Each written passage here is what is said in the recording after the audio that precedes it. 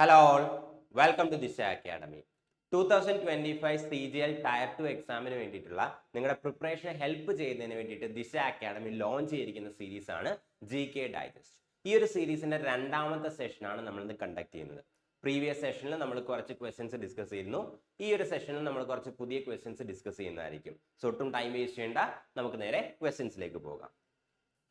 First question, which of the following Indian empires undertook a major political innovation, the Amaranayaka system? ഇതിൽ ഏത് Indian Empire ആണ് Amaranayaka system എന്നുള്ള system introduce ചെയ്തത് എന്നാണ് question. Option A Chola, option B Gupta, option C Chalukya and option D Vijayanagara. ഇതിൽ ഏത് Empire ആണ്, ഏത് ഇന്ത്യൻ എംപയർ ആണ് അമരനായക സിസ്റ്റം ഇൻട്രൊഡ്യൂസ് ചെയ്തത് എന്നാണ് ക്വസ്റ്റ്യൻ. കറക്റ്റ് ആൻസർ എന്ന് പറയുന്നത് ഓപ്ഷൻ ഡി ആണ്, വിജയനഗര എംപയർ.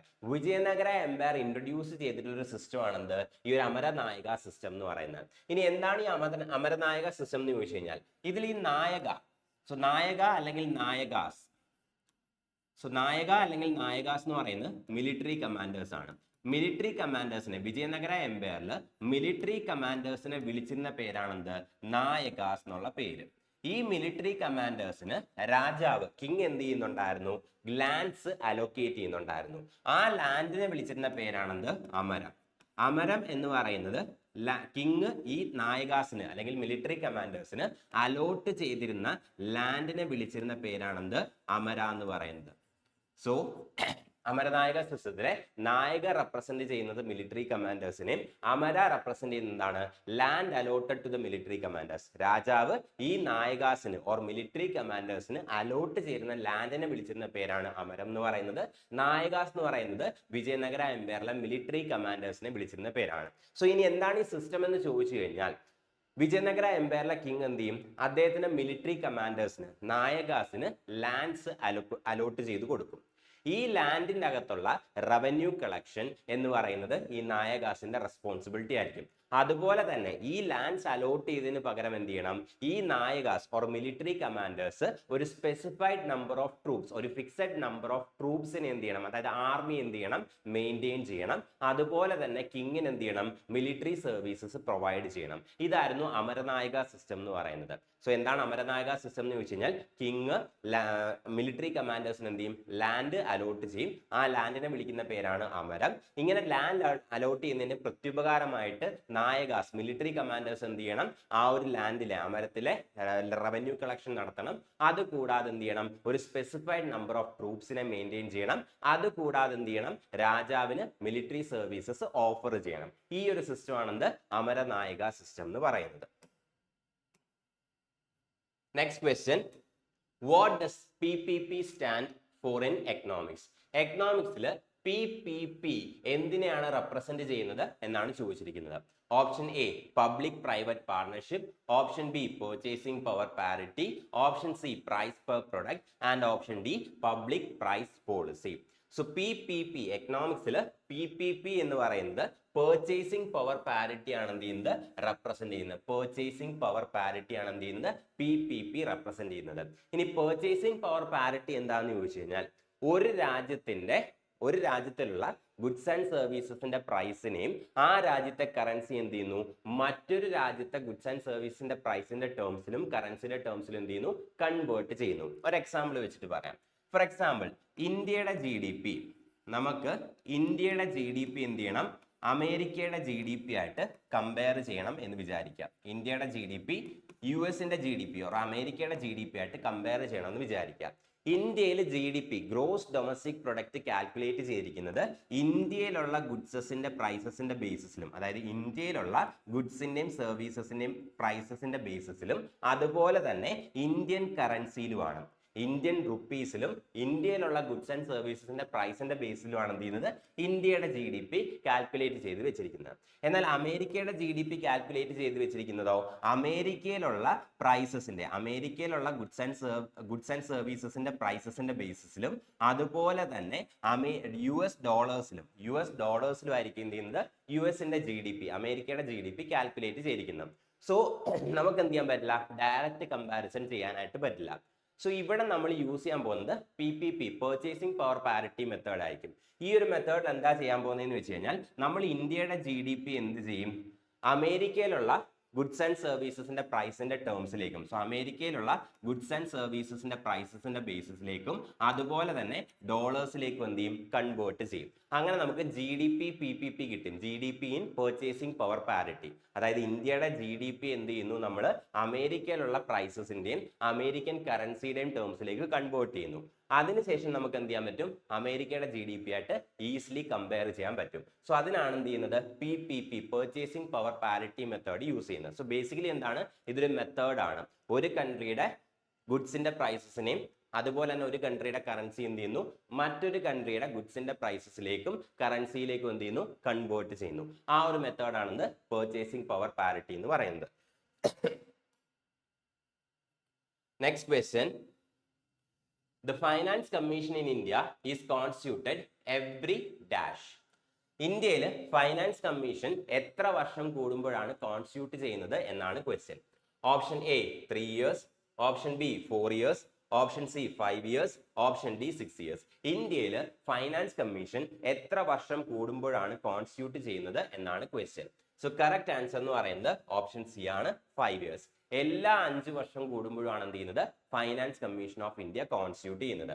ഇനി ഫൈനാൻസ് കമ്മീഷൻ ഓഫ് ഇന്ത്യ എന്ന് പറയുന്നത് എന്താണ്, ഒരു കോൺസ്റ്റിറ്റ്യൂഷണൽ ബോഡിയാണ്. ഒരു കോൺസ്റ്റിറ്റ്യൂഷണൽ ബോഡിയാണ് ഫൈനാൻസ് കമ്മീഷൻ ഓഫ് ഇന്ത്യ എന്ന് പറയുന്നത്. ഇന്ത്യൻ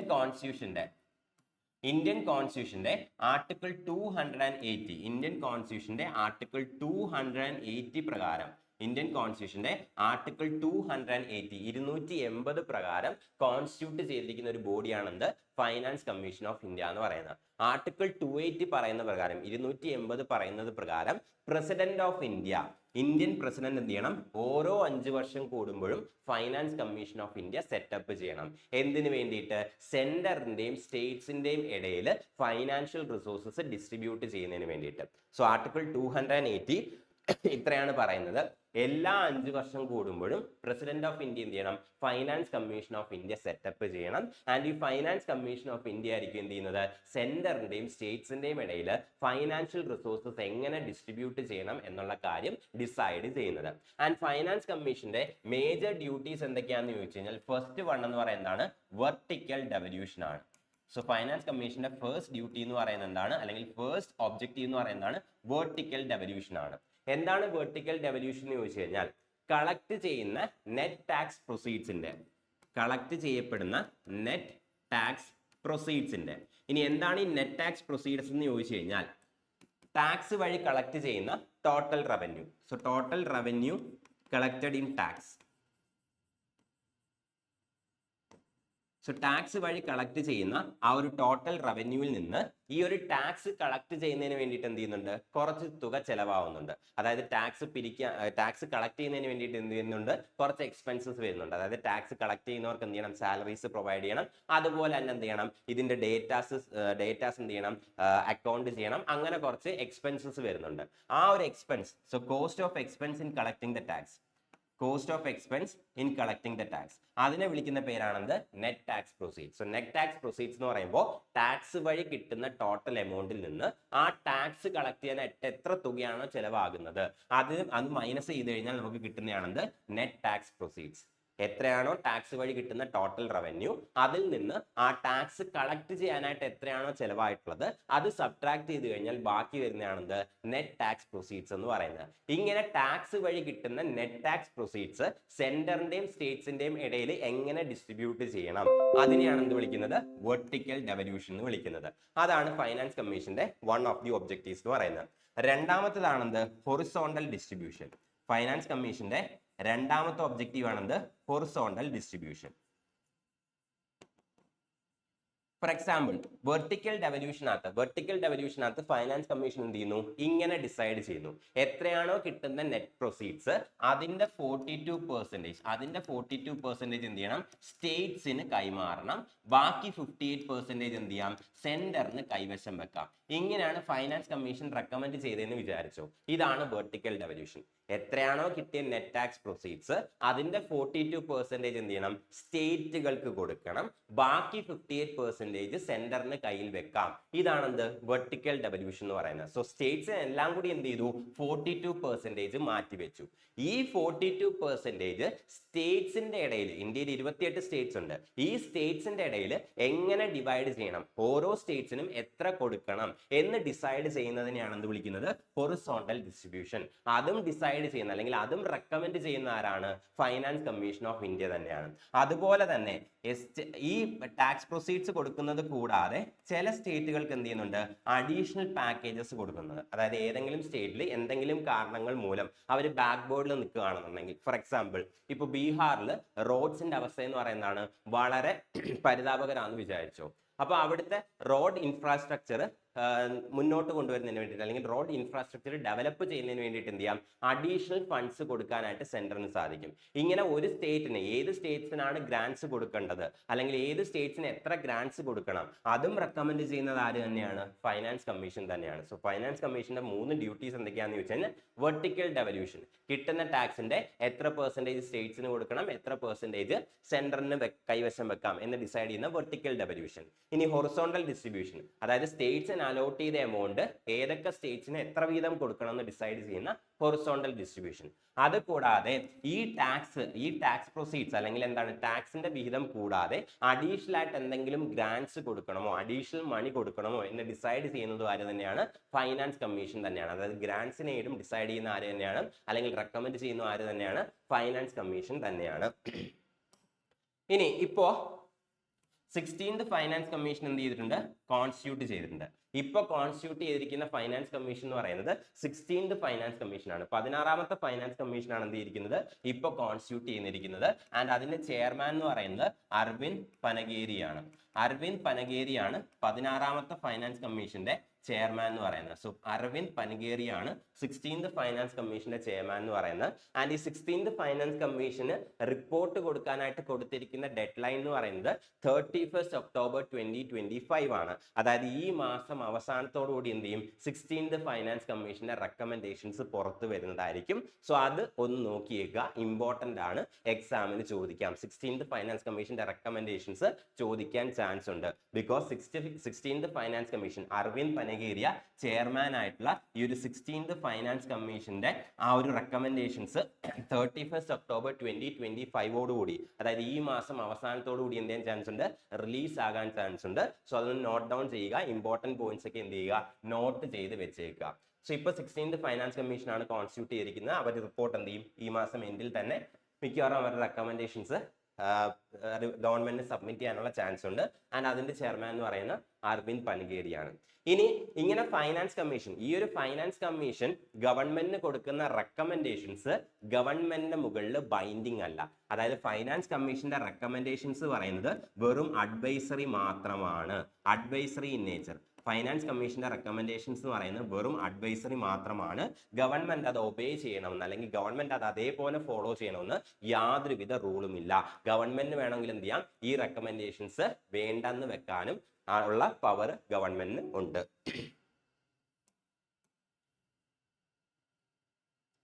നെക്സ്റ്റ് ഇയറിലേക്കുള്ള SSCയുടെ എക്സാംസിന് വേണ്ടിയിട്ട് അതിപ്പോൾ ഏത് എക്സാമും ആയിക്കോട്ടെ, MDS, CHSL, CGL ഏത് എക്സാമിന് വേണ്ടിയിട്ടും നിങ്ങൾക്ക് ഫ്രം ഫൗണ്ടേഷൻ ലെവൽ പ്രിപ്പയർ ചെയ്യണമെന്നുണ്ടെങ്കിൽ ഇപ്പോൾ ദിശ അക്കാഡമിയുടെ SSC കംപ്ലീറ്റ് കോഴ്സിന്റെ അഡ്മിഷൻസ് ഓപ്പൺ ആണ്. ആൻഡ് ഈ ഒരു കംപ്ലീറ്റ് കോഴ്സിൽ നിങ്ങൾക്ക് ദിശ അക്കാഡമിയുടെ തന്നെ പ്രിന്റഡ് ടെക്സ്റ്റ് ബുക്ക് അവൈലബിൾ ആയിരിക്കും. ആൻഡ് അത് ത്രൂ കൊറിയർ നിങ്ങളുടെ കയ്യിലേക്ക് എത്തിക്കുന്നതായിരിക്കും. ആൻഡ് അത് കൂടാതെ ഈ ഒരു കോഴ്സിൽ നിങ്ങൾക്ക് പേഴ്സണൽ മെന്റർഷിപ്പും അവൈലബിൾ ആണ്. എക്സ്പേർട്ട് ഫാക്കൽറ്റീസ് ആണ് ക്ലാസ്സസ് ലീഡ് ചെയ്യുന്നത്. ആൻഡ് നിങ്ങൾക്ക് ഇൻട്രസ്റ്റ് ആണെങ്കിൽ നെക്സ്റ്റ് ഇയറിലേക്കുള്ള SSC എക്സാംസിന് വേണ്ടിയിട്ട് സീരിയസ് ആയിട്ട് പ്രിപ്പയർ ചെയ്യണം. ഫ്രം ഫൗണ്ടേഷൻ നിങ്ങൾക്ക് ക്ലാസ്സസ് വേണമെന്നുണ്ടെങ്കിൽ ഈ ഒരു കോഴ്സിൽ ജോയിൻ ചെയ്യാവുന്നതാണ്. ആൻഡ് ഫോർ ഫർദർ ഡീറ്റെയിൽസ് എന്തെങ്കിലും വേണമെങ്കിൽ ഈ നമ്പേഴ്സിൽ കോൺടാക്ട് ചെയ്താൽ മതി. 8075753676 7012615062 ഈ നമ്പേഴ്സിൽ കോൺടാക്ട് ചെയ്ത് കഴിഞ്ഞാൽ ഫർദർ ഡീറ്റെയിൽസ് നിങ്ങൾക്ക് പ്രൊവൈഡ് ചെയ്യുന്നതായിരിക്കും. Next question, which among the following Hindu texts contains the Gayatri Mantra? ഈ തന്നിരിക്കുന്ന ഹിന്ദു ടെക്സ്റ്റുകളിൽ ഗായത്രി മന്ത്ര ഏത് ടെക്സ്റ്റിലാണ് കാണാൻ സാധിക്കുന്നത് എന്നാണ് question. Option A Samaveda, option B Upanishad, option C Rigveda, option D Bhagavad Gita. ഇതിൽ ഏത് ഹിന്ദു ടെക്സ്റ്റിലാണ് ഗായത്രി മന്ത്രം കാണാൻ സാധിക്കുന്നത് എന്നാണ് ക്വസ്റ്റ്യൻ ചോദിച്ചിരിക്കുന്നത്. സോ കറക്റ്റ് ആൻസർ എന്ന് പറയുന്നത് ഓപ്ഷൻ സി ആണ് ഋഗ്വേദ. ഋഗ്വേദയിലാണ് എന്ത് ചെയ്തിരിക്കുന്നത് ഗായത്രി മന്ത്ര ഇൻക്ലൂഡ് ചെയ്തിരിക്കുന്നത്. ഇനി ഇന്ത്യയിലെ വേദാസ് എടുത്തു കഴിഞ്ഞാൽ, സോ ഇന്ത്യയിൽ വേദാസ് എടുത്തു കഴിഞ്ഞാൽ വേദാസിനെ എന്ത് ചെയ്യാൻ പറ്റും, 4 ആയിട്ട് നമുക്ക് ക്ലാസിഫൈ ചെയ്യാനായിട്ട് സാധിക്കും, അല്ലെങ്കിൽ 4 ടൈപ്പ് ഓഫ് വേദാസ് ഉണ്ട്. ഫേസ്റ്റ് വൺ എന്ന് പറയുന്നതാണ് ഋഗ്വേദയാണ്, സെക്കൻഡ് വൺ എന്ന് പറയുന്നതാണ് സാമവേദയാണ്, തേർഡ് വൺ എന്ന് പറയുന്നത് യജുർവേദയാണ്. So Rigveda, Samaveda, Yajurveda and the last one is Atharvaveda. ഇതാണ് 4 ടൈപ്സ് ഓഫ് വേദാസ് എന്ന് പറയുന്നത്. അഥർവ വേദ, ഇതാണ് 4 ടൈപ്പ് ഓഫ് വേദാസ്. ഇന്ത്യയിലുള്ള 4 വേദാസ് അല്ലെങ്കിൽ വേദിക് ടൈമിലുള്ള 4 വേദാസ് എന്ന് പറയുന്നത് ഇതൊക്കെയാണ്: ഋഗ്വേദ, സാമവേദ, യജുർവേദ, അഥർവവേദ. ഈ 4 വേദാസിൽ ഏറ്റവും ഓൾഡസ്റ്റ് ആയിട്ടുള്ള, ഏറ്റവും പഴക്കം ചെന്ന വേദ എന്ന് പറയുന്നത് ഋഗ്വേദയാണ്.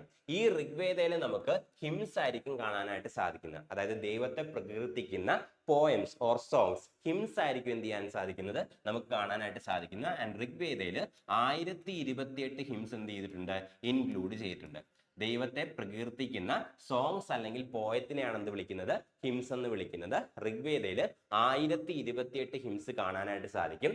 ഈ 1028 ഹിംസും കൂടി 10 മണ്ഡലാസിലായിട്ട് എന്ത് ചെയ്തിട്ടുണ്ട്, ഡിവൈഡ് ചെയ്തിട്ടുണ്ട്. മണ്ഡല എന്ന് പറയുന്ന പാർട്സ് എന്ന് ഉദ്ദേശിച്ചാൽ മതി. അതായത് ഋഗ്വേദയിൽ 10 പാർട്സ് ഉണ്ടെന്ന് വിചാരിക്കുക, 10 മണ്ഡലാസ് ഉണ്ടെന്ന് വിചാരിക്കുക. ഈ 10 മണ്ഡലാസിലായിട്ടാണ് എന്ത് ചെയ്തിരിക്കുന്നത്, ഈ 1028 ഹിംസ് ഡിവൈഡ് ചെയ്ത് വെച്ചിരിക്കുന്നത്. ആൻഡ് ഈ 10 മണ്ഡലാസിലും ഏറ്റവും അവസാനം ആഡ് ചെയ്യപ്പെട്ട മണ്ഡലയാണെന്ത്, 10th മണ്ഡല എന്ന് പറയുന്നത്. ഈ 10 മണ്ഡലാസിലെ 10th മണ്ഡല, 10ാമത്തെ മണ്ഡല എന്ന് പറയുന്നത് ഏറ്റവും അവസാനമായിട്ട് ആഡ് ചെയ്യപ്പെട്ട മണ്ഡലയാണ്. ഒറിജിനലി ഇതില്ലായിരുന്നു, പിന്നീട് ആഡ് ചെയ്യപ്പെട്ട മണ്ഡലയാണെന്ത്, 10th മണ്ഡല എന്ന് പറയുന്നത്. ഈ 10th മണ്ഡലയിലാണ് നമുക്ക് എന്ത് കാണാൻ സാധിക്കുന്നത്, പുരുഷ സൂക്ത കാണാനായിട്ട് സാധിക്കുന്നത്. പുരുഷ സൂക്ത കാണാനായിട്ട് സാധിക്കുന്നത് ഈ ഒരു 10ാമത്തെ 10th മണ്ഡലയിലാണ്. പുരുഷ സൂക്തയിലാണ് എന്ത് ചെയ്തിരിക്കുന്നത്, ഒറിജിൻ ഓഫ് വർണ്ണാസ്, വർണ്ണ സിസ്റ്റത്തിന്റെ ഒറിജിനെ കുറിച്ച് മെൻഷൻ ചെയ്തിരിക്കുന്നത് ഈ ഒരു പുരുഷ സൂക്തയിലാണ്. പുരുഷ സൂക്തയിലാണ് വർണ്ണ സിസ്റ്റത്തിന്റെ, ഇന്ത്യയിൽ എക്സിസ്റ്റ് ചെയ്യുന്ന വർണ്ണ സിസ്റ്റത്തിന്റെ, വർണ്ണ വ്യവസ്ഥയുടെ ഒറിജിനെ കുറിച്ച് മെൻഷൻ ചെയ്തിരിക്കുന്നത് പുരുഷ സൂക്തയിലാണ്. പുരുഷ സൂക്ത എന്ന് പറയുന്ന ഋഗ്വേദയിലുള്ള 10ാമത്തെ മണ്ഡലയാണ്. ഋഗ്വേദയിലെ 10ാമത്തെ മണ്ഡലയായിട്ടുള്ള പുരുഷ സൂക്തയിലാണ് എന്തിരിക്കുന്നത്, വർണ്ണ സിസ്റ്റത്തിന്റെ ഒറിജിനെ കുറിച്ച് എന്തിരിക്കുന്നത്, മെൻഷൻ ചെയ്തിരിക്കുന്നത്. 4 വർണ്ണാസ് ഉണ്ടായിരുന്നല്ലോ, ആ 4 വർണ്ണാസിന്റെ ഒറിജിനെ കുറിച്ച് മെൻഷൻ ചെയ്തിരിക്കുന്നത് ഈ ഒരു പുരുഷ സൂക്തയിലാണ്. ഇനി സാമവേദ എന്താന്ന് ചോദിച്ചു കഴിഞ്ഞാൽ കളക്ഷൻ ഓഫ് മെലഡീസ് ആണ്. സോ ഋഗ്വേദയിൽ എന്തുണ്ടായിരുന്നു, ഹിംസ് ഉണ്ടായിരുന്നു, ദൈവത്തെ പ്രകീർത്തിക്കുന്ന പോംസ് അല്ലെങ്കിൽ സോങ്സ് ഉണ്ടായിരുന്നു. ഈ സോങ്സ് ഏത് താളത്തിൽ പാടണം അല്ലെങ്കിൽ ഏത് താളത്തിൽ പാടണം എന്നുള്ള കാര്യം സാമവേദയിലാണ് എന്തിരിക്കുന്നത്, എഴുതി വെച്ചിരിക്കുന്നത്. സോ സാമവേദയിൽ എന്താണുള്ളതെന്ന് ചോദിച്ചു കഴിഞ്ഞാൽ it is a collection of melodies. So collection of melodies, മെലഡീസിന്റെ ഒരു കളക്ഷൻ ആണെന്ത് ഈ ഒരു സാമവേദ എന്ന് പറയുന്നത്. It is a collection of melodies. അതായത് എങ്ങനെ പാടണം, ഓരോ ഹിംസും എങ്ങനെ പാടണം അല്ലെങ്കിൽ ഏത് സ്റ്റൈലിൽ പാടണം എന്നുള്ള കാര്യമാണ് എന്തിരിക്കുന്നത് ഈ സാമവേദയ്ക്കകത്ത് ഇൻക്ലൂഡ് ചെയ്തിരിക്കുന്നത്. So it's A collection of melodies. ഇനി യജുർവേദ എടുത്തു കഴിഞ്ഞാൽ യജുർവേദയിൽ എന്താ പറഞ്ഞിരിക്കുന്നതെന്ന് ചോദിച്ചു കഴിഞ്ഞാൽ ഓരോ റിച്വൽസും എങ്ങനെ പ്രാക്ടീസ് ചെയ്യണം, that is procedure to perform each rituals. ഓരോ റിച്വൽസും, അതായത് വേദാസിൽ പറഞ്ഞിരിക്കുന്ന ഓരോ റിച്വൽസും അല്ലെങ്കിൽ ഓരോ പ്രാക്ടീസസും എങ്ങനെ പെർഫോം ചെയ്യണം എന്നാണ് എന്തിരിക്കുന്നത് യജുർവേദയിൽ പറഞ്ഞിരിക്കുന്നത്. സോ റിച്വൽസിനെ കുറിച്ച്, സോ റിച്വൽസ് എങ്ങനെ പ്രാക്ടീസ് ചെയ്യണം അല്ലെങ്കിൽ റിച്വൽസ് എങ്ങനെ പെർഫോം ചെയ്യണം എന്ന് പറഞ്ഞിരിക്കുന്നത് യജുർവേദയിലാണ്. ഇനി അഥർവവേദയിലേക്ക് വന്നു കഴിഞ്ഞാൽ, അഥർവവേദ എന്ന് പറയുന്ന ഈ 3 വേദാസിൽ നിന്ന് എന്താണ്, എൻറ്റയർലി ഡിഫറെന്റ് ആണ്. അഥർവവേദയിൽ മാജിക്കൽ സ്പെൽസിനെ കുറിച്ചാണ് എന്തിരിക്കുന്നത്, മെൻഷൻ ചെയ്തിരിക്കുന്നത്. സോ മാജിക്കൽ സ്പെൽസ് അല്ലെങ്കിൽ സൂപ്പർസ്റ്റീഷ്യസ് ബിലീഫ്സിനെ കുറിച്ച് പറഞ്ഞിരിക്കുന്ന വേദയാണ് അഥർവവേദ എന്ന് പറയുന്നത്. സോ ഋഗ്വേദയിൽ ഹിംസ് ഉണ്ട്, ദൈവത്തെ പ്രകീർത്തിക്കുന്ന സോങ്സ് അല്ലെങ്കിൽ എന്താണ് പോംസ് ഉണ്ട്. അത് ഏത് സ്റ്റൈലിൽ റിസൈറ്റ് ചെയ്യണം എന്നുള്ളത് അല്ലെങ്കിൽ മെലഡീസ് ഏത് മെലഡിയിലാണ് അത് റിസൈറ്റ് ചെയ്യുന്നത് എന്നുള്ളത് സാമവേദയിലാണ് മെൻഷൻ ചെയ്തിരിക്കുന്നത്. ആൻഡ് യജുർവേദയിൽ ഓരോ റിച്വൽസും അല്ലെങ്കിൽ ഓരോ പ്രാക്ടീസസും എങ്ങനെ പെർഫോം ചെയ്യണമെന്നാണ് യജുർവേദയിൽ മെൻഷൻ ചെയ്തിരിക്കുന്നത്. ആൻഡ് അഥർവവേദ എന്ന് പറയുമ്പോൾ ഈ 3 വേദാസിൽ നിന്നും എൻറ്റയർലി ഡിഫറെന്റ് ആണ്.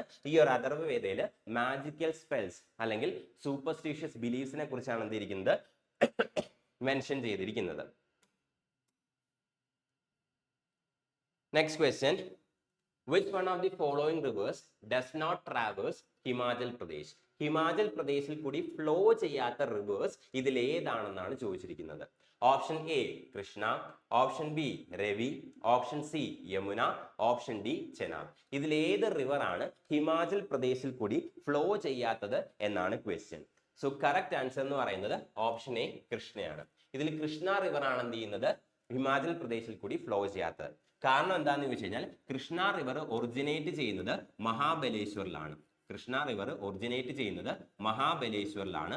മഹാബലേശ്വർ എന്ന് പറയുന്നത് വെസ്റ്റേൺ ഗാട്ട്സിൽ. സോ മഹാബലേശ്വർ എന്ന് പറയുന്നത് വെസ്റ്റേൺ ഗാട്ട്സിലാണ് ലൊക്കേറ്റ് ചെയ്തിരിക്കുന്നത്. ആൻഡ് സ്റ്റേറ്റ് ഏതാന്ന് ചോദിച്ചു കഴിഞ്ഞാൽ മഹാരാഷ്ട്ര.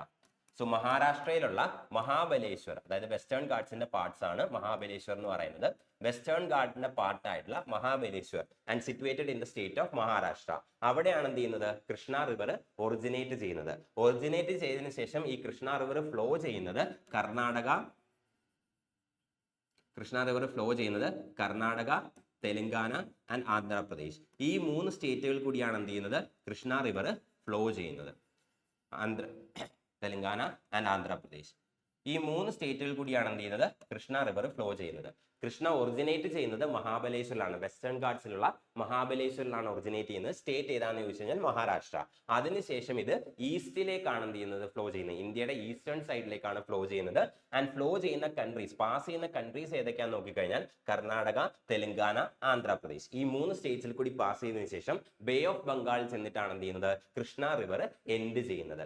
ഇനി ഈസ്റ്റ് ഫ്ലോയിങ് റിവേഴ്സിൽ, ഇന്ത്യയുടെ ഈസ്റ്റേൺ സൈഡിലേക്ക് ഫ്ലോ ചെയ്യുന്ന റിവേഴ്സിലെ സെക്കൻഡ് ലാർജസ്റ്റ് റിവർ ആണെന്ത്, കൃഷ്ണ എന്ന് പറയുന്നത്. It is a second largest river.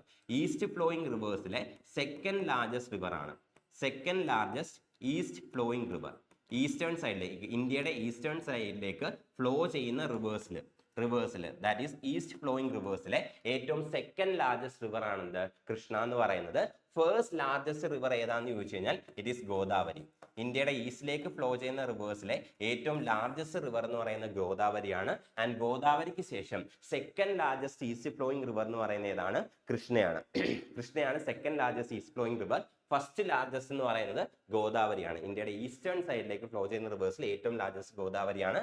അതിനുശേഷമാണ് എന്ത് ചെയ്യുന്നത്, കൃഷ്ണ വരുന്നത്. സോ കൃഷ്ണ എന്ത് ചെയ്യുന്നില്ല, ഹിമാചൽ പ്രദേശിൽ കൂടി ഫ്ലോ ചെയ്യുന്നില്ല. Next question. The rate at which the Reserve Bank of India borrows money from commercial banks is known as dash. Reserve Bank of India commercial banksന്റെ കയ്യിൽ നിന്ന് മണി ബോറോ ചെയ്യുന്ന റേറ്റിനെ വിളിക്കുന്ന പേരെന്താണെന്നാണ് ചോദിച്ചിരിക്കുന്നത്. Option A bank rate, option B reverse repo rate, option C marginal standing facility rate and option D repo rate. ഇതിൽ ഏത് റേറ്റിലാണ് reserve bank of India എന്ത് ചെയ്യുന്നത്, കൊമേഴ്ഷ്യൽ ബാങ്കുകളുടെ കയ്യിൽ നിന്ന് മണി ബോറോ ചെയ്യുന്നത് എന്നാണ് ക്വസ്റ്റ്യൻ. സോ കറക്റ്റ് ആൻസർ എന്ന് പറയുന്നത് റിവേഴ്സ് റിപ്പോ റേറ്റ് ആണ്. റിസർവ് ബാങ്ക് ഓഫ് ഇന്ത്യ എക്കോണമിയിലുള്ള സർപ്ലസ് ലിക്വിഡിറ്റി, അതായത് എക്സ്ട്രാ മണി അബ്സോർബ് ചെയ്യുന്നതിന് വേണ്ടിയിട്ട് എന്ത് ചെയ്യാറുണ്ട്, കൊമേഴ്ഷ്യൽ ബാങ്കുകളുടെ കയ്യിൽ നിന്ന് മണി ബോറോ ചെയ്യാറുണ്ട്. ഇങ്ങനെ മണി ബോറോ ചെയ്യുമ്പോൾ സെക്യൂരിറ്റി ആയിട്ട്, കൊളാറ്ററൽ ആയിട്ട് എന്ത് ചെയ്യും, ഗവൺമെന്റ് സെക്യൂരിറ്റീസ് പ്രൊവൈഡ് ചെയ്യാറുണ്ട്. ഇതിനെ വിളിക്കുന്ന പേരാണ്, അല്ലെങ്കിൽ ഈ ഇങ്ങനെ ബോറോ ചെയ്യുന്ന മണി എന്ന് പറയുന്നത് റിവേഴ്സ് റിപ്പോ റേറ്റിലാണ് എന്ത് ചെയ്യുന്നത്, ബോറോ ചെയ്യുന്നത്. റിസർവ് ബാങ്ക് ഓഫ് ഇന്ത്യ നമ്മുടെ എക്കോണമിയിലെ surplus liquidity, extra cash absorb ചെയ്യുന്നതിന് വേണ്ടിയിട്ട് എന്ത് ചെയ്യാറുണ്ട്, കൊമേഴ്ഷ്യൽ ബാങ്കുകളുടെ കയ്യിൽ നിന്ന് മണി ബോറോ ചെയ്യാറുണ്ട്. കൊമേഴ്ഷ്യൽ ബാങ്കുകളുടെ കയ്യിൽ നിന്ന് മണി എന്ത് ചെയ്യാറുണ്ട്, ബോറോ ചെയ്യാറുണ്ട്. ഇങ്ങനെ വാങ്ങിക്കുന്ന പൈസയ്ക്ക് കൊളാറ്ററൽ ആയിട്ട് എന്ത് ചെയ്യാറുണ്ട്, ഗവൺമെന്റ് സെക്യൂരിറ്റീസ് പ്രൊവൈഡ് ചെയ്യാറുണ്ട്. ആൻഡ് ഈ ഒരു മണി റിട്ടേൺ ചെയ്തതിന് ശേഷം, ഈ ഒരു മണി റിട്ടേൺ ചെയ്തതിന് ശേഷം ഈ ഒരു മണിയും അതിന്റെ ഇൻട്രസ്റ്റ് റേറ്റും കൂടെ ചേർത്തിട്ടാണ് എന്ത് ചെയ്യുന്നത്, reserve bank of India commercial ബാങ്കുകൾക്ക് തിരിച്ചു കൊടുക്കുന്നത്. അങ്ങനെ തിരിച്ചു കൊടുത്തുകൊണ്ട് എന്ത് ചെയ്യും, ആദ്യം കൊടുത്ത കൊളാറ്ററൽ തിരിച്ച് റീപർച്ചേസ് ചെയ്യും. അതാണ് എന്ത്, റിവേഴ്സ് റിപ്പോ റേറ്റ് എന്ന് പറയുന്നത്. റിസർവ് ബാങ്ക് ഓഫ് ഇന്ത്യ എക്കോണമിയിലുള്ള surplus money, extra cash absorb ചെയ്യണം. അതിന് വേണ്ടിയിട്ട് റിസർവ് ബാങ്ക് ഓഫ് ഇന്ത്യ എന്ത് ചെയ്യും, കൊമേഴ്ഷ്യൽ ബാങ്കുകളുടെ കയ്യിലിരിക്കുന്ന എക്സ്ട്രാ ക്യാഷ് എന്ത് ചെയ്യും, ബോറോ ചെയ്യും. ഇങ്ങനെ ബോറോ ചെയ്യുമ്പോൾ വാങ്ങുന്ന പൈസയ്ക്ക് ഈടായിട്ട്, കൊളാറ്ററൽ ആയിട്ട് എന്ത് ചെയ്യും, ഗവൺമെന്റ് സെക്യൂരിറ്റീസ് അങ്ങോട്ട് കൊടുക്കും. എത്ര നാളത്തേക്കാണോ പൈസ വാങ്ങിയത്, ആ ഒരു ടൈം പീരീഡ് കഴിയുമ്പോൾ വാങ്ങിയ പൈസയും അതിന്റെ ഇൻട്രസ്റ്റ് റേറ്റും കൂടെ ചേർത്തിട്ട് എന്ത് ചെയ്യും, കൊമേഴ്ഷ്യൽ ബാങ്കുകൾക്ക് തിരിച്ചു കൊടുക്കും. തിരിച്ചു കൊടുത്തിട്ട് എന്ത് ചെയ്യും, ആ ആദ്യം കൊടുത്ത കൊളാറ്ററൽ കൊളാട്രൽ ഗവൺമെന്റ് സെക്യൂരിറ്റീസ് എന്ത് ചെയ്യും, തിരിച്ച് റീപർച്ചേസ് ചെയ്യും. അതിനെയാണ് എന്ത് വിളിക്കുന്നത്, റിവേഴ്സ് റിപ്പോ എന്ന് വിളിക്കുന്നത്. And reserve bank of India commercial ബാങ്ക്സിന് തിരിച്ചു കൊടുത്ത ഈ ഒരു ഇൻട്രസ്റ്റ് റേറ്റിനെ വിളിക്കുന്ന പേരാണെന്ത്, റിവേഴ്സ് റിപ്പോ റേറ്റ്. ഇതാണെന്ത്, റിവേഴ്സ് റിപ്പോ റേറ്റ് എന്ന് പറയുന്നത്. Next question, who composed Buddhacharita, a biography of the Buddha? ബുദ്ധന്റെ ബയോഗ്രഫി ആയിട്ടുള്ള ബുദ്ധചരിത ഇവരിൽ ആരാണ് കമ്പോസ് ചെയ്തത് എന്നാണ് question. Option A Nagasena, option B Bhikkhu Bodhi, option C അശ്വഘോഷ ആൻഡ് ഓപ്ഷൻ ഡി അസേറി. ഇവരിൽ ആരാണ് ബുദ്ധയുടെ ബയോഗ്രഫി ആയിട്ടുള്ള ബുദ്ധന്റെ ജീവചരിത്രമായിട്ടുള്ള ബുദ്ധചരിത കമ്പോസ് ചെയ്തിരിക്കുന്നത് എന്നാണ് ക്വസ്റ്റ്യൻ. സോ കറക്റ്റ് ആൻസർ എന്ന് പറയുന്ന ഓപ്ഷൻ സി ആണ്, അശ്വഘോഷ. അശ്വഘോഷ എന്ന് പറയുന്നത് ഒരു ബുദ്ധിസ്റ്റ് ഫിലോസഫർ ആണ്. സോ ബുദ്ധിസ്റ്റ് ഫിലോസഫർ ആയിട്ടുള്ള അശ്വഘോഷയാണ് എന്ത് ചെയ്യുന്നത്, ബുദ്ധചരിത റൈറ്റ് ചെയ്തിരിക്കുന്നത്. ആൻഡ് ബുദ്ധചരിത എന്ന് പറയുന്ന ബുദ്ധയുടെ എന്താണ്, ബയോഗ്രഫിയാണ്. ആൻഡ് ഏത് ലാംഗ്വേജിലാണ് ബുദ്ധചരിത എഴുതിയിരിക്കുന്നതെന്ന് ചോദിച്ചു കഴിഞ്ഞാൽ സാൻസ്ക്രിറ്റ് ലാംഗ്വേജിലാണ്, സംസ്കൃതത്തിലാണ് എന്ത് ചെയ്തിരിക്കുന്നത്, ബുദ്ധചരിത എഴുതിയിരിക്കുന്നത്. സാൻസ്ക്രിറ്റ് ലാംഗ്വേജിൽ എഴുതപ്പെട്ടിട്ടുള്ള ടെക്സ്റ്റ് ആണെന്ത്, ബുദ്ധചരിത എന്ന് പറയുന്നത്. Next question, which finance minister is credited with implementing the 1991 economic reforms in India? ഇന്ത്യയിലെ 1991 എക്കണോമിക് റിഫോംസ്, ഇന്ത്യയിലെ 1991 എക്കണോമിക് റിഫോംസ് ഏത് ഫൈനാൻസ് മിനിസ്റ്റർ ആണ് ഇൻട്രൊഡ്യൂസ് ചെയ്തത്, ഇംപ്ലിമെന്റ് ചെയ്തത് എന്നാണ് ചോദിച്ചിരിക്കുന്നത്. Option A Yashwant Sinha, option B P Chidambaram, option C Arun Jaitley, option D Manmohan Singh. So correct answer എന്ന് പറയുന്നത് മൻമോഹൻ സിംഗ് ആണ്. സോ മൻമോഹൻ സിംഗ് ആണെന്ത് 1991 എക്കണോമിക് റിഫോംസ് ഇംപ്ലിമെന്റ് ചെയ്യുമ്പോൾ ഫൈനാൻസ് മിനിസ്റ്റർ ആയിട്ടിരുന്നത്. 1991 എക്കണോമിക് റിഫോംസ്, അതായത് LPG reforms, liberalisation, privatisation, globalisation, LPG reforms 1991 economic reforms introduce ചെയ്യുമ്പോൾ അല്ലെങ്കിൽ ഇംപ്ലിമെന്റ് ചെയ്യുമ്പോൾ ആ ടൈമിലെ ഫൈനാൻസ് മിനിസ്റ്റർ എന്ന് പറയുന്ന മൻമോഹൻ സിംഗ് ആണ്. ആൻഡ് ആ സമയത്തെ പ്രൈം മിനിസ്റ്റർ ആരാന്ന് ചോദിച്ചു കഴിഞ്ഞാൽ ഇറ്റ് വാസ് PV നരസിംഹറാവു. ആ ടൈമിലെ പ്രൈം മിനിസ്റ്റർ എന്ന് പറയുന്നത് PV നരസിംഹറാവു ആയിരുന്നു. So PV Narasimha Rao was A prime minister and Manmohan Singh was the finance minister. Manmohan Singh ആയിരുന്നു ആ ടൈമിലെ ഫൈനാൻസ് മിനിസ്റ്റർ എന്ന് പറയുന്നത്. അതേസമയം പ്രൈം മിനിസ്റ്റർ എന്ന് പറയുന്ന PV നരസിംഹറാവു ആയിരുന്നു during the implementation of 1991 economic reforms. 1991 LPG reforms implement ചെയ്യുമ്പോൾ ഫൈനാൻസ് മിനിസ്റ്റർ മൻമോഹൻ സിംഗും പ്രൈം മിനിസ്റ്റർ PV നരസിംഹറാവു ആയിരുന്നു. ആൻഡ് മൻമോഹൻ സിംഗിനെ കുറിച്ചുള്ള മറ്റൊരു ഫാക്ട് എന്ന് പറയുന്നത് RBI ഗവർണറും, സോ RBI ഗവർണർ ആയിരിക്കുകയും RBIയുടെ ഗവർണറായിട്ട് ആക്ട് ചെയ്യുകയും അതുപോലെ തന്നെ ഇന്ത്യയുടെ പ്രൈം മിനിസ്റ്ററായിട്ട് ആക്ട് ചെയ്യുകയും ചെയ്തിട്ടുള്ള ഒരേ ഒരാളേ ഉള്ളൂ, അതെന്ന് പറയുന്ന മൻമോഹൻ സിംഗ് ആണ്. സോ മൻമോഹൻ സിംഗ് മാത്രമാണ് RBIയുടെ ഗവർണറായിട്ട് സെർവ് ചെയ്തിട്ടുള്ളതും ഇന്ത്യയുടെ പ്രൈം മിനിസ്റ്ററുമായിട്ട് സെർവ് ചെയ്തിട്ടുള്ളതായിട്ടുള്ള ഏക വ്യക്തി എന്ന് പറയുന്നത്. ഒരേ സമയം RBIയുടെ ഗവർണറായിട്ടും സെർവ് ചെയ്തിട്ടുണ്ട്, അതേപോലെ തന്നെ ഇന്ത്യയുടെ പ്രൈം മിനിസ്റ്ററായിട്ടും എന്ത് ചെയ്തിട്ടുണ്ട്, മൻമോഹൻ സിംഗ് സെർവ് ചെയ്തിട്ടുണ്ട്. അങ്ങനെ ഒരേ ഒരു പേഴ്സൺ മാത്രമേ ഉള്ളൂ, that is Manmohan Singh. And Manmohan Singh തന്നെയായിരുന്നു 1991 LPG റിഫോംസ് ഇംപ്ലിമെന്റ് ചെയ്യുന്ന സമയത്തെ ഫൈനാൻസ് മിനിസ്റ്റർ എന്ന് പറയുന്നത്.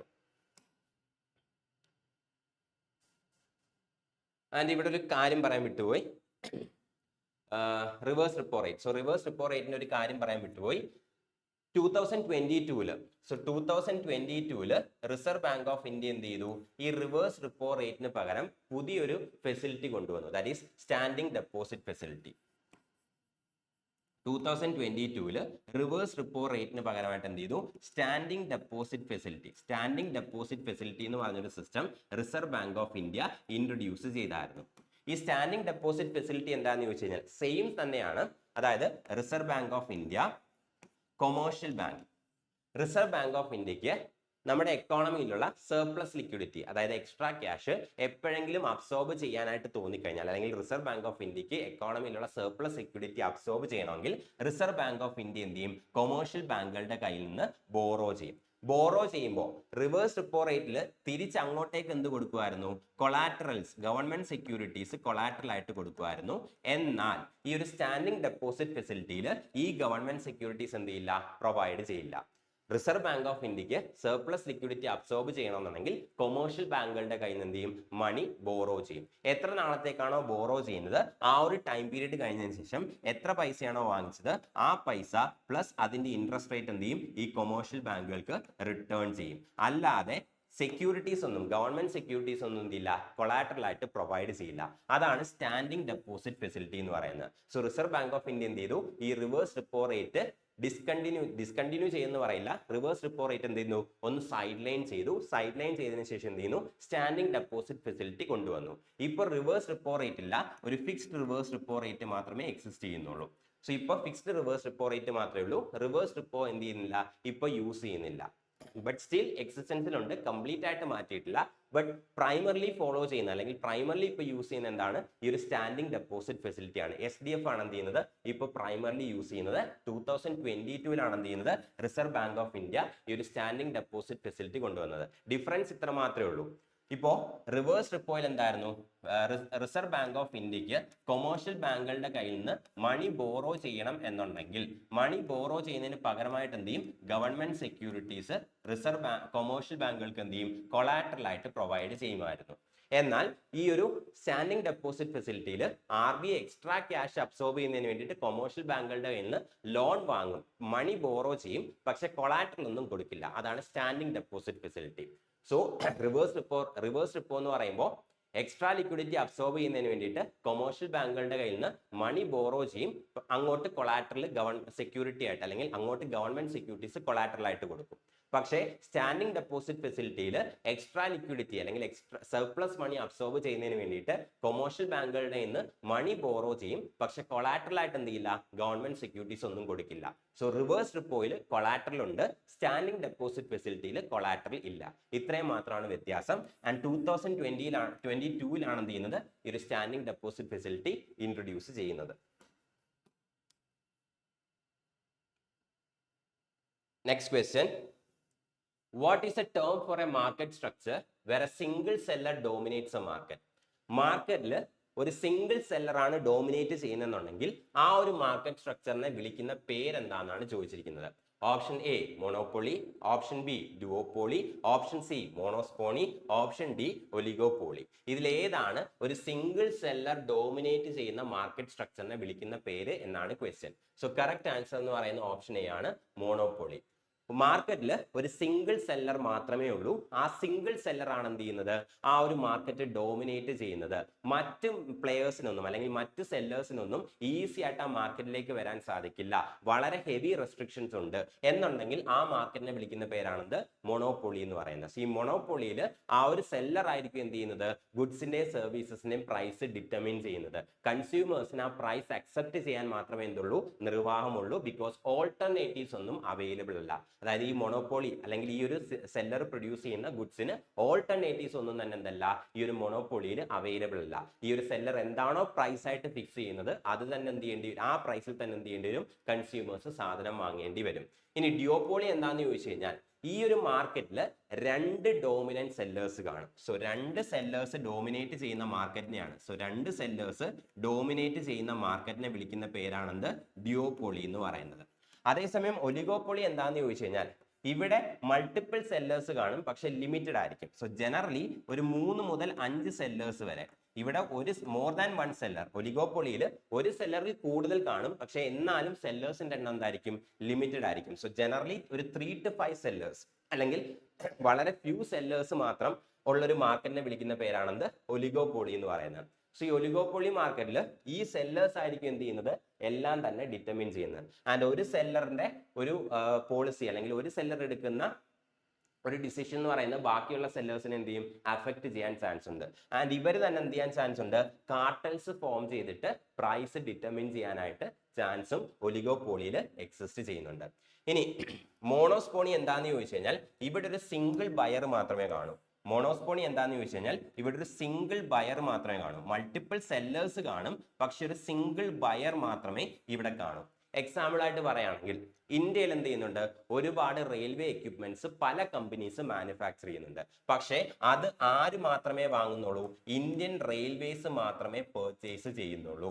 ഇതിനെ വിളിക്കുന്ന പേരാണെന്ത്, മോണോസ്പോണി എന്ന് പറയുന്നത്. അതായത് മാർക്കറ്റ്സിൽ ഒരുപാട് സെല്ലേഴ്സ് ഉണ്ട്, പക്ഷേ ഒരൊറ്റ ബയർ മാത്രമേ ഉള്ളൂ.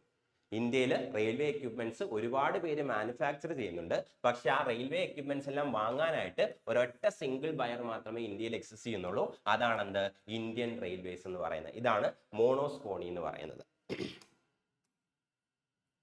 Next question, the great Rann of Kutch is located in which Indian state? ഏത് ഇന്ത്യൻ സ്റ്റേറ്റിലാണ് great Rann of Kutch locate ചെയ്തിരിക്കുന്നത് എന്നാണ് question. The great Rann of Kutch is located in which Indian state? Option A Maharashtra, option B Punjab, option C Rajasthan, option D Gujarat. ഇതിൽ ഏത് സ്റ്റേറ്റിലാണ് great Rann of Kutch locate ചെയ്തിരിക്കുന്നത് എന്നാണ് question. Correct answer എന്ന് പറയുന്നത് ഓപ്ഷൻ ഡി ഗുജറാത്ത് ആണ്. ഗുജറാത്തിലാണ് എന്ത് ചെയ്തിരിക്കുന്നത്? Great Rann of Kutch locate ചെയ്തിരിക്കുന്നത്. So great Rann of Kutch എന്താണെന്ന് ചോദിച്ചു കഴിഞ്ഞാൽ ഒരു സോൾട്ട് മാർഷി ലാൻഡ് ആണ്. അതായത് ഉപ്പുരസമുള്ള ഒരു മാർഷി ലാൻഡ് ആണെന്ത് ഈ ഒരു റാൺ ഓഫ് കച്ച് എന്ന് പറയുന്നത്. So Rann of Kutch, so greater term എന്ന് പറയുന്നത് അല്ലെങ്കിൽ ജനറൽ ടേം എന്ന് പറയുന്നതാണ് റാൺ ഓഫ് കച്ച് ആണ്. ഈ റാൺ ഓഫ് കച്ചിനെ എന്ത് ചെയ്യാൻ പറ്റും? രണ്ടായിട്ട് ഡിവൈഡ് ചെയ്യാൻ പറ്റും. ലിറ്റിൽ റാൺ ഓഫ് കച്ച് എന്നും അതുപോലെ തന്നെ ഗ്രേറ്റ് റാൺ ഓഫ് കച്ച് എന്നും. ഇങ്ങനെ രണ്ട് ഡിവിഷൻസ് ഉള്ള റാൺ ഓഫ് കച്ചിന്റെ രണ്ട് ഡിവിഷൻസ് ആണെന്ത് ലിറ്റിൽ റാൺ ഓഫ് കച്ചും അതുപോലെ തന്നെ ഗ്രേറ്റ് റാൺ ഓഫ് കച്ചും. അതിൽ ഈ രണ്ട് റാൺ ഓഫ് കച്ച് അല്ലെങ്കിൽ റാൺ ഓഫ് കച്ച് എന്ന് പറയുന്ന ഈ ഒരു ഏരിയ ലൊക്കേറ്റ് ചെയ്തിരിക്കുന്നത് ഗുജറാത്തിലാണ്. സോ ഗുജറാത്തിലാണ് റാൺ ഓഫ് കച്ച് ലൊക്കേറ്റ് ചെയ്തിരിക്കുന്നത്. ഈ റാൺ ഓഫ് കച്ചിന്റെ രണ്ട് ഡിവിഷൻസ് ആണെന്ത് ലിറ്റിൽ റാൺ ഓഫ് കച്ചും ഗ്രേറ്റ് റാൺ ഓഫ് കച്ചും. ഇനി റാൺ ഓഫ് കച്ച് എന്ന് പറയുന്നതാണ് ഒരു സോൾട്ട് മാർഷി ലാൻഡ് ആണ്. അതായത് ഉപ്പുരസമുള്ള അല്ലെങ്കിൽ ഉപ്പുരസമുള്ള ചതുപ്പ് നിലത്തിനെ വിളിക്കുന്ന പേരാണെന്ത്? റാൺ ഓഫ് കച്ച് എന്ന് പറയുന്നത്. സോ റാൺ ഓഫ് കച്ച് എന്ന് പറയുന്നത് സോൾട്ട് മാർഷി ലാൻഡ് ആണ്. ഉപ്പുരസമുള്ള ചതുപ്പ് നിലമാണെന്ത്? റാൺ ഓഫ് കച്ച് എന്ന് പറയുന്നത്. റെയിനി സീസണിൽ അല്ലെങ്കിൽ മൺസൂൺ സീസണിൽ റാൺ ഓഫ് കച്ച് എന്ത് ചെയ്യും? വെള്ളത്തിനടിയിലാവും. എന്നാൽ സമ്മർ സീസൺ ആവുമ്പോൾ ഈ വെള്ളമെല്ലാം ഇവാപ്പറേറ്റ് ചെയ്ത് പോയിട്ട് ലാസ്റ്റിൽ എന്ത് ചെയ്യും? സോൾട്ടിന്റെ ഉപ്പിന്റെ ഒരു ബെഡ് മാത്രം റിമെയിൻ ചെയ്യും. ഇങ്ങനെയുള്ള റീജിയൻ ആണെന്ത് ഈ ഒരു റാൺ ഓഫ് കച്ച് എന്ന് പറയുന്നത്. ആൻഡ് റാൺ ഓഫ് കച്ചിലാണ് എന്ത് ചെയ്യുന്നത്? ആൻഡ് റാൺ ഓഫ് കച്ചിലാണ് Kutch desert wild life sanctuary locate ചെയ്തിരിക്കുന്നത്. Kutch desert wild life sanctuary, Kutch desert wild life sanctuary. Kutch desert wild life sanctuary situate ചെയ്തിരിക്കുന്നത് ഈ ഗ്രേറ്റ് റാൺ ഓഫ് കച്ചിലാണ്. ഗ്രേറ്റ് റാൺ ഓഫ് കച്ചിലാണ് എന്ത് ചെയ്തിരിക്കുന്നത്? Kutch desert wild life sanctuary situate ചെയ്തിരിക്കുന്നത്. ഈ Kutch desert wild life sanctuary ആണ് ഇന്ത്യയിലെ ലാർജസ്റ്റ് വൈൽഡ് ലൈഫ് സാങ്ച്വറി എന്ന് പറയുന്നത്. ഇന്ത്യയിലെ ഏറ്റവും ലാർജസ്റ്റ് ആയിട്ടുള്ള വൈൽഡ് ലൈഫ് സാങ്ച്വറി എന്ന് പറയുന്നത് Kutch desert wild life sanctuary ആണ്. ഈ ഒരു Kutch desert wild life sanctuary situate ചെയ്തിരിക്കുന്നത് ഈ ഒരു ഗ്രേറ്റ് റാൺ ഓഫ് കച്ചിലാണ്. ഗ്രേറ്റ് റാൺ ഓഫ് കച്ചിലാണ് ഇന്ത്യയിലെ ഏറ്റവും വലിയ വൈൽഡ് ലൈഫ് സാങ്ച്വറി ആയിട്ടുള്ള Kutch desert wild life sanctuary എന്ത് ചെയ്തിരിക്കുന്നത്? ലൊക്കേറ്റ് ചെയ്തിരിക്കുന്നത്. ആൻഡ് ഈ കച്ച് ഡെസേർട്ട് വൈൽഡ് ലൈഫ് സാങ്ച്വറിയിൽ നമുക്ക് കാണാൻ സാധിക്കുന്ന ഒരു ഇമ്പോർട്ടന്റ് ആയിട്ടുള്ള അനിമൽ ആണെന്ത്? വൈൽഡ് ആസ് എന്ന് പറയുന്നത്. സോ വൈൽഡ് ആസിനെയാണ് നമുക്ക് ഈ കച്ച് ഡെസേർട്ട് വൈൽഡ് ലൈഫ് സാങ്ച്വറിയിൽ എന്ത് ചെയ്യാൻ സാധിക്കുന്നത്? കോമൺ ആയിട്ട് കാണാനായിട്ട് സാധിക്കുന്നത്. ഇതൊക്കെയാണ് റാൺ ഓഫ് കച്ചിനെ കുറിച്ചുള്ള ഡീറ്റെയിൽസ് എന്ന് പറയുന്നത്. അതുപോലെ തന്നെ ഈ റാൺ ഓഫ് കച്ച് എന്ന് പറയുന്നത് താർ ഡെസേർട്ടിലാണ് എന്ത് ചെയ്തിരിക്കുന്നത്? ലൊക്കേറ്റ് ചെയ്തിരിക്കുന്നത്. താർ ഡെസേർട്ടിലാണ് നമുക്ക് ഈ റാൺ ഓഫ് കച്ച് കാണാനായിട്ട് സാധിക്കുന്നത്. ആൻഡ് ലൂണി എന്നുള്ള റിവർ ഉണ്ടല്ലോ, ഈ ലൂണി റിവർ വന്ന് അവസാനിക്കുന്നതും ഈ റാൺ ഓഫ് കച്ചിലാണ്. ലൂണി റിവർ വന്ന് എൻഡ് ചെയ്യുന്നതും ഈ റാൺ ഓഫ് കച്ചിലാണ്.